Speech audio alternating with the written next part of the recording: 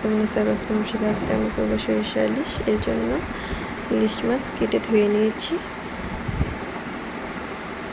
আপনাদের যদি আমার পেজের ভিডিও ভালো লাগে অবশ্যই লাইক এবং শেয়ার করে পাশে থাকবেন। দিচ্ছি হলুদ গুঁড়ো, লবণ, সরিষার তেল দিয়ে ভালোভাবে মেখে নেব। মেখে কিছু সময়ের জন্য রেখে দেব।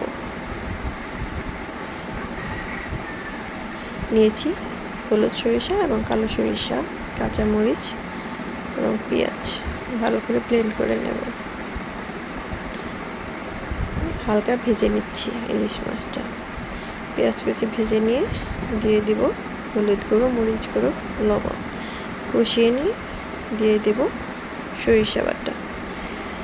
সরিষা বাটা দেওয়ার পর কষিয়ে নেব সামান্য। যখন পরে তেল ভেসে আসবে তখন দিয়ে দিব ইলিশ মাছটা।